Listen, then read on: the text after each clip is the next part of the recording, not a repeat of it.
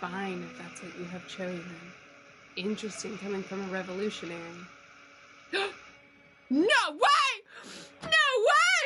We also get Sabo? One Piece live action season 2, episode 1. I've only watched the first episode and it's already incredible. Episode 1 felt like an episode of expectations. We brought a bunch of characters. We kind of showcased a bunch of characters early. Smoker, Tashigi, Bartolomeo, Robin? My girl Robin. Baroque Works as a whole. We're bringing in all these characters that that could be seen as like a late season twist. We could be utilizing them as, but instead they're brought in early as a tease to kind of emphasize the fact that season 2 is going to be a whole new realm. We're going into the Grand Line. We're going into whole new waters with whole new enemies, and it really bolsters the fact that it's coming from all sides, not just the pirates, but also the Marines. We're bringing back old conflicts like Buggy and Alvida, emphasizing that the problems are following us, that we have a name, we're building a name. People remember us, and when they see us again, they have a grudge, but also people are looking out for us because now we have a bounty on our head. The pacing for this episode I thought was really excellent. I think season 1 really took its time in each section that it developed, but season 2 from the first episode is showing us that it's kind of emphasizing the intensity by bringing in all of this opposition really quickly while not making any scene at all feel rushed. In fact, some scenes felt like they were there just to let the moment breathe. And I do expect the season to get more focused from here, but this first episode was like a collision of promises, of expectations. All that's to come. We're starting here, and then we're going to tease it out instead of making it feel so sectioned off. Though I'm sure there will be focus, there will be sectioning, but you know what I mean, I hope. We gotta start by talking about Robin, because the show started by talking about Robin. What a great move it was! Even though we saw Robin's introduction already in the trailers, it did not fail to impress. Oh, she's just so cold as she's walking down that hallway full of armed Marines, but doesn't have a tremor on her. There's no trepidation, no fear, no urgency. She's just that strong that she can just walk right through the path as she's clearing that path herself. It's brutal. It's horrifying. It's very, the live action in many ways goes on a darker sort of tilt. And Robin's powers and Robin's story, her character is already very dark, but it just kind of like cranks that up and shows us how brutal this power is that she's using. And with the flower petals the whole way around, the beauty mixed with the sheer horror of being bound and your mouth covered as you have to aim the gun at your comrade. And she smiles, she smirks as it happens. What an extraordinary introduction for Robin, being able to see her in action right away as our first villain proper of this season. We see her from that lens. It shows her as a true threat. And anyone that goes into this not already knowing anything, anyone that goes into this meeting her for the first time, oh my goodness, the expectation of, oh, we have a serious villainess here, which we do, but not knowing what's to come, it's perfection. Now, I love that they brought Roger and Garp forward like this. Their conversation about Roger asking Garp to take his son. I thought that the execution of this scene was brilliant. You have these two enemies that have been chasing each other across a sea for so long, that have been in constant battles, that have been enemies, that have fought on opposite sides, absolutely opposed in their alignment, in their beliefs, in what they want to see for the future. Yet, when they come together like this at the end, when Roger is finally captured, there's this camaraderie, there's this joy and lightheartedness and mutual respect. But not just that, when Roger starts to cough and you can tell that he's really sick and that this really is the end, either by execution or otherwise, this is the end for him. And you can also see the look on Garp's face that this is not a joyous time for him. Yes, he's doing his duty. Yes, he's doing what he thinks is right, but it's not something that he's reveling in or enjoying, really. And Roger, despite being on opposing sides, despite following a different moral code and having different core beliefs, he does know that, at least from his perspective, Garp is a good man. And he knows that, yes, you're sending me to the gallows, but I don't think you would do it to my son. Big sad foreshadowing, but this adds a dynamic between these two men that, for the viewer, for the new viewer, it's so many questions. It brings so much context to their relationship in a very short scene, but it also brings up all these questions of, what is the history between these two? Why do they have this mutual respect if they're on opposing sides? Why trust Garp, of all people, with your child after all you've been through and after what each other stands for? Questions that we still don't even fully have, but questions that in this very short scene, we get all this characterization, we get all this context, and we get the questions asked. Oh my goodness, it was such a well done scene. Smoker, too, from episode 1, incredible. What an awesome introduction of his character, where we just immediately know, okay, the Marines are a real threat, which has been established, but now we're putting a face on it that shows his ruthlessness, just dragging that guy through the sea and having such a cool head about it, like so nonchalant about it. But we're seeing, but even the other Marines are saying, wow, this pirate, that's who you got? So even from his introduction, we see, okay, this is a guy that we need to look out for. And you do get to see the tender side with the "my pants ate your ice cream" and the scene in the bar at the end of the episode. There's a good amount of characterization given to Smoker as well here at the beginning, which I wouldn't have expected so much to be given to him in such a short period of time, but he is a fully fleshed out character. Or on his way to getting there so quickly. But the best part about him is his action scene. This is probably my favorite action of the episode, is the Smoker fight, because the effects were so strong. Sanji smiling and just being like, I'll take care of this one, don't worry. But then he kicks right through him as he kicks right through a Logia user. And we see in real time, in action, how this doesn't work. He throws Luffy. Luffy comes right back to him, but still can't land a hit. And then when he incapacitates him with smoke inhalation, oh my goodness, as an asthmatic, worst nightmare. But I'm sitting here thinking, how do we defeat this guy? Like, what do we do against this? How do you fight against someone that you can't land a hit on? That is smoke itself. He can throw you, but you can't throw him. You can't even land a hit on him, but he can pin you down and shove smoke into your lungs until you're weak enough that he can just pull his sword on you. How do you defeat someone like this? So this is what I'm saying. Not only do we have pirates that we're revisiting, pirates that we're reintroducing, the Baroque works are going to give us a real big run for our money as well.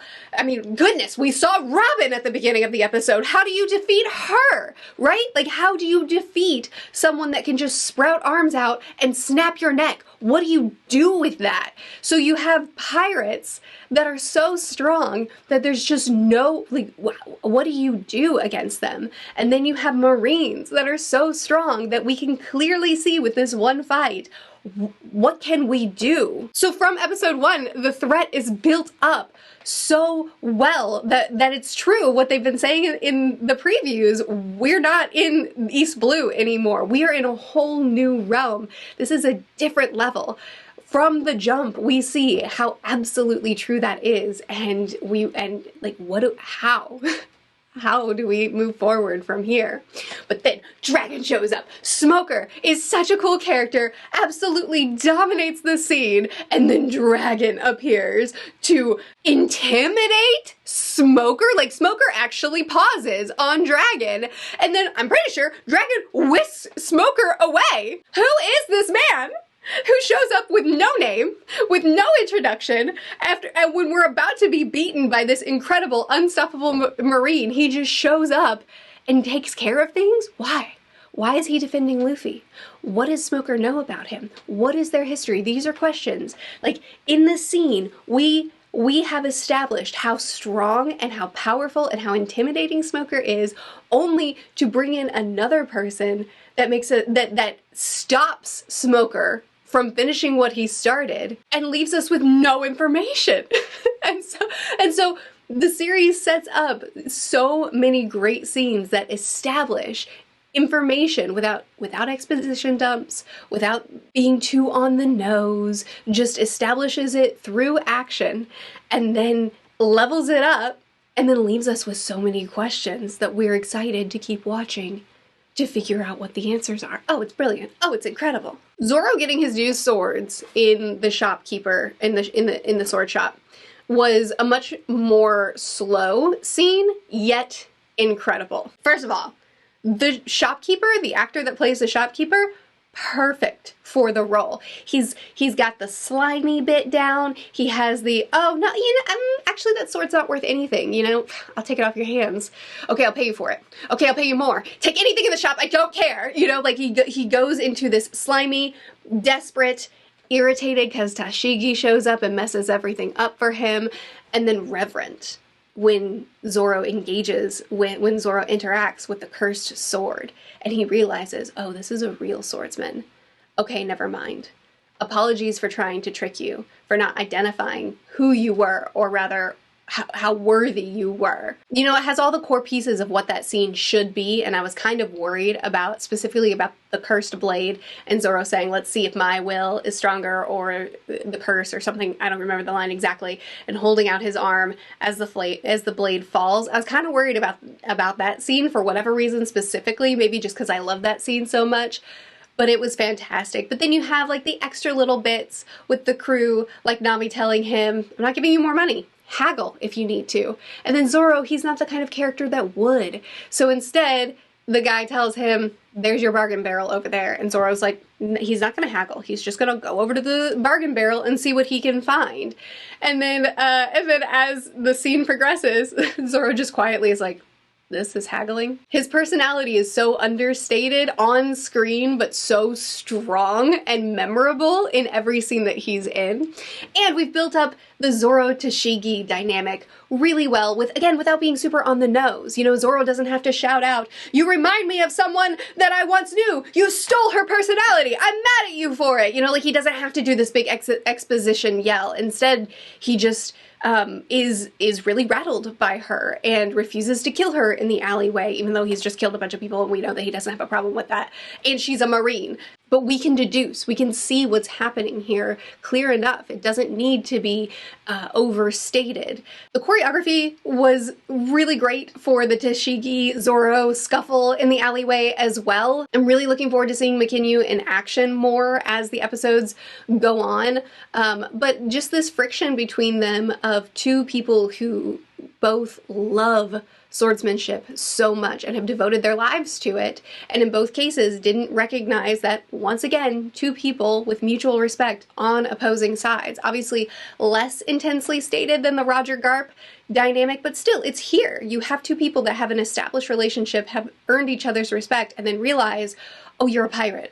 Oh, you're with the Navy. Oh, you're a Marine. You know, they said, I hope I get to see you again. And then they see each other again and have to fight. But Zoro leaves her alive because of who Zoro reminds him of. And I'm excited to see this dynamic be built up a little bit more as well. I think it's a really good starting point with these two. Boy, I loved the scene where Luffy is, you know, like we meet Bart, Nami gives him some tips on how to be a thief. And he targets Luffy. He's taking him away, I assume the intent is, oh, you want to go to the execution stand? Great, that's really out of the way, let's go there, you know, like, that's the way anyway, when we get there, the lighting on Luffy that's coming in from the circus, and then the darkness everywhere else with the execution stand that's taking up such a huge portion of the frame, and we've just had this loud circus music from all around us, but it all dies and we're left in quiet as Luffy looks up at the execution stand, at the place where it all began. He was so excited to get to Loguetown, and he was like, no, we gotta get to the Grand Line, no, we shouldn't go to Loguetown, until he found out, oh wait, this is the place. And then he wants to go here. Why? Just so he could see it for himself. This is where it all began. This is where his dreams began. He just has to see it, tip his hat, just have a moment of silence in the midst of a circus to see where it all started. In this episode, we see a lot of different perspectives. What motivates people, where their dreams or their ambitions began, and how it ended up landing them in the spot that they landed, whether it be piracy, the Marines, or elsewhere, what it is that framed their worldview and set them on this path, and why and what they're working toward. And Luffy doesn't want anything out of Loguetown except to just see it for himself. Buggy.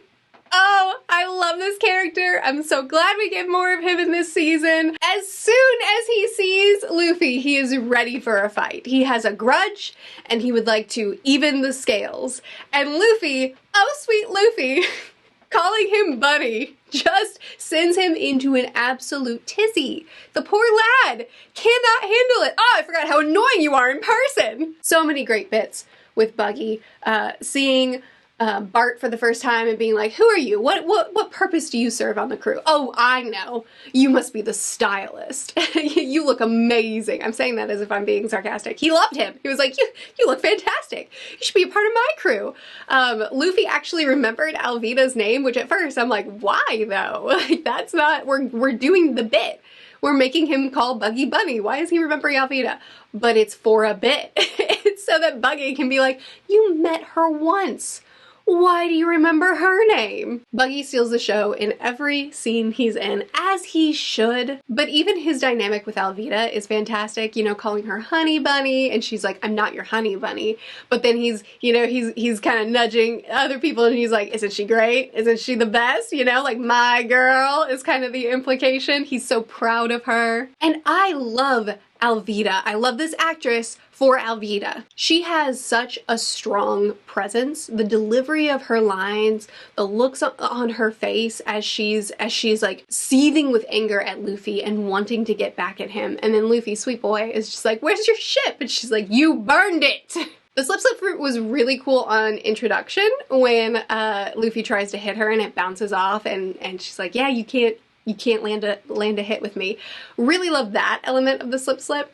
I don't love her gliding around in circles. I kind of hated that whole thing. It looked kind of corny, really corny. And then also the camera direction of it, where we kept doing these zoom ins as they're in motion, spinning around. It just, like, the whole thing just didn't quite hit for me. I did like bringing back Usopp's pepper bomb. And then that ended up being what knocked her back. It was a clever way of dealing with her, but even then, her getting knocked back, I don't know, I don't like the slip. But I still love Alvida. Her line delivery as she is making pleading her case, but also her irritation with Buggy, with like everything he says. I love that dynamic of him being totally like, that's my girl, and she's just like, everything he says is like nails on a chalkboard. But once again, they showcase that even though we're dealing with a circus with this particular pirate crew, like, this is not fun. You know, this is not goofy. This is really dark. We have a demented clown character. We have someone who is truly unhinged, and they lean into that with the sea stone cuffs. First of all, introducing a world building bit in such a seamless way, throwing the sea stone cuffs on him, and we see how weak that makes Luffy, how tired it makes him, and everyone around is just laughing at the power they have over him because of it. They take advantage of him with this farce of a trial, although I will admit Luffy did have a really good lawyer. So, I mean, it's really unfortunate that didn't go in his favor, but I mean, really, Buggy was the best lawyer, and I think we can all agree on that. But in the action sequences, the crew really is stepping up a lot in this season as well. Obviously, we have Zoro and Sanji that look amazing and are taking care of things with such ease. I love the one, I can't remember his name now, one of Buggy's crew, the one that fought Zoro, and he was like, good, a rematch, and Zoro's just like, I just don't have time for this.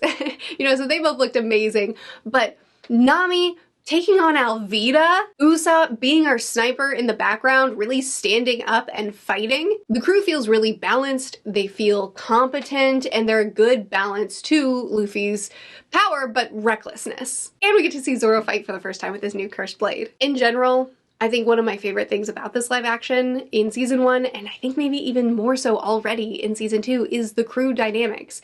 It's their banter, their back and forth, again, characterizing them with so few words. You know, when they try to convince Luffy to go to Loguetown, and we have Usopp who's being panicky, we have the rest of the crew that's speaking very practically, but Nami is the one that knows how to convince him for sure. She's the one that knows what Luffy really needs to hear, and even helps him when he's like ready to be a captain and he wants to set course, and she's like, I can help you. They feel like a crew, you know? Like even just in this one episode. Last season it was kind of the running bit of like, we're not a crew, and here it's just, yes you are. They just are. They know each other well. They have such great dynamics. There's a lot of little moments that show how much they care for each other in little ways, but also in very personal ways that show that they not just take care of each other, but they care about them as individuals. I think a standout aspect of this episode is Jacob, is Usopp. Usopp was really underutilized in season 1, and I came out of season 1 loving our crew so much, but really not feeling like Usopp got much to his character. I mean, we saw him in fights. He got a whole Syrup Village. You know, Syrup Village got plenty of time. It got 2 episodes. So there was plenty there, but I just didn't feel like his character was given very much. But just in this one episode, he already has been given more than I think he got in all of season 1. Not in screen time, but in character care. Boy, the execution stand, when Luffy is caught, he's about to be killed by Buggy. Buggy, so theatrical, even though you have no authority to do the execution just here. And in fact, it makes you more vulnerable because you have a bounty on your head too. But he takes him here, you know, to be the performer that he is, and asks him for his final words. And, you know, Luffy, of course, delivers his final words, declaring to be the Pirate King, and that irritates Buggy. And I think Buggy questions him. He's like, you're going to be the Pirate King? And Luffy turned to Buggy. He said, you'll never be one. Oh, in such a goofy, lighthearted character, that moment of intensity and protectiveness over the thing that he covets most, to be the Pirate King. Ah, fantastic. But also he stood in the place of Roger. He stood in the place of Roger's legacy, where it all began, and he laughed. And obviously that's impactful for us, you know, for us that have all the context I love, but also the impact it has on all who are watching, especially on Smoker. There's this repetition on this emphasis on he laughed. And it's a nod to what this series is and what we're all looking forward to as the conclusion of the story, what it represents. But then there's also what it represents to Smoker, which is, this is who we're up against. We're up against the kind of person that looks death in the eyes and laughs. We see Smoker look at Luffy and see the kind of future that he's fighting against, the chaos that Roger created in his life as a child. No child should have to live through that. And he sees someone modeling himself after Roger, pursuing the dreams that Roger left behind for people to fight for, to look for. And he sees the future that he's fighting against. He wants to offer protection for people from the chaos that pirates bring. Oh, and it's such a great way of doing this scene, because it gives all the emphasis on the scene that you would hope it to have as a fan of the story. But also, it characterizes Smoker in this really deep way. And like I said, it shows how different characters got to the different worldviews and the different allegiances that they now hold. Did I even mention Sabo when I was going through when I was talking about Dragon? I don't think I did. I think I intentionally saved it for this part of the video. I honestly, there's not like a big structure that we're working with here. I was so excited to see Sabo, like that little nod, there he is. We know he should be there wherever Dragon is. We know he's around. But this is actually something that I love. There was a big fuss made over bringing Garp forward. And I understand wanting live action people to not have anything spoiled, but McKenna did say in one of their interviews that there is a planned end date for the live action. It's not going on for forever. which is how long it would have to go in order to cover all of One Piece. I think I'll insert the clip if I can find it. And it's from the great Oda Sensei. Oh, we love. He has a vision to where he wants to end. Not end, but where he wants us to take Oh, understood. the live action too. And we all know about it. Yes. We all know where he wants to go up to. So that gave, We do, yeah. yeah, that hyped me up a lot. My expectation is Marineford just because of how much excitement they were showing in that interview. It made it seem like they were like, oh, we're getting to the arc, right? Maybe I'm wrong, but that's my expectation. And if that's the case, then it makes sense to me. If they're not planning on covering everything, it makes sense to me that they're treating the series according to those boundaries. Oda has said, this is where I want it to go to.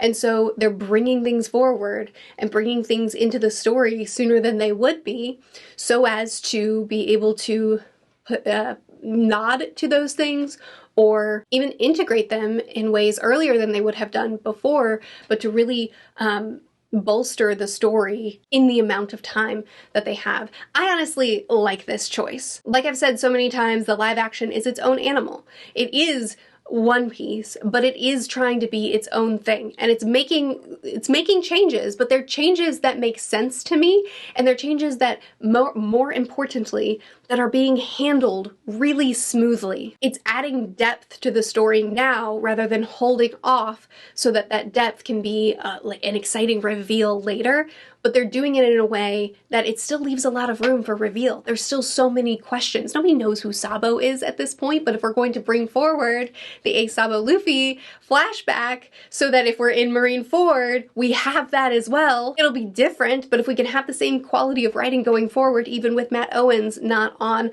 our writing and directing team anymore, because he still did write and direct season 2. He left, I believe, after most of the on-site work was done. So assuming we can maintain the same quality season 3 forward, I'm excited to see how they handle all these things that they're moving forward. Speaking of Dragon, we were speaking of Sabo, but you know, adjacently, speaking of Dragon, they left so much open with him. Where did the lightning even come from?